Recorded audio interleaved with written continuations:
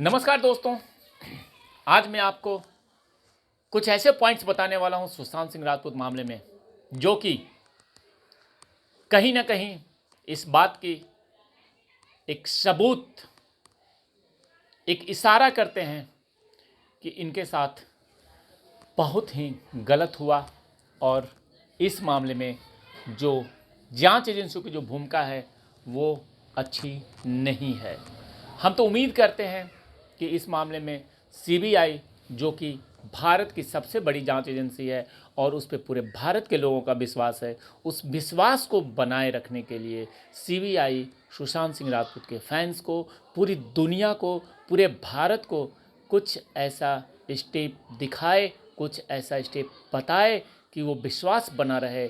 वो भारत के जो सबसे बड़ी जांच एजेंसी हैं उनकी तरफ ये हर किसी की नज़र है। हर कोई ये चाहता है कि वहाँ से कुछ न कुछ अपडेट्स आए, कुछ ऐसे रिपोर्ट्स आए, कुछ ऐसे कदम दिखें कि लगे कि हाँ बहुत कुछ हो रहा है। परंतु चलिए, मैं आपको 10 ऐसे पॉइंट्स आज बताने वाला हूँ जो कि पॉइंट्स हैं सुशांत सिंह राजपूत के जीवन से, उनका जो जीवन खत्म हुआ उससे संबंधित।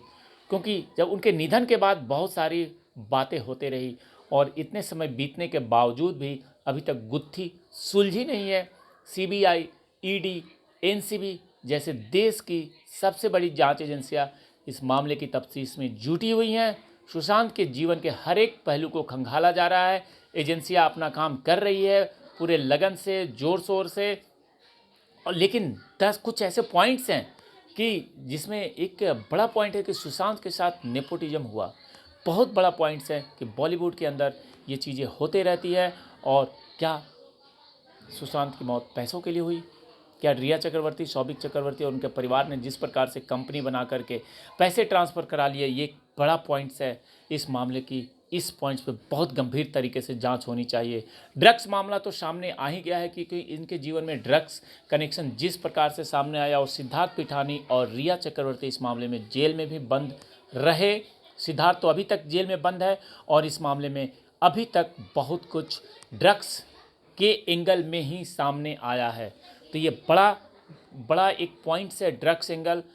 और एक और, नारायण राणे ने कुछ दिनों पहले ये कहा कि इस मामले में शिवसेना के एक बड़े आदित्य ठाकरे का हाथ है। नारायण राणे का ये कहना था और नारायण राणे बार बार ये कह रहे हैं।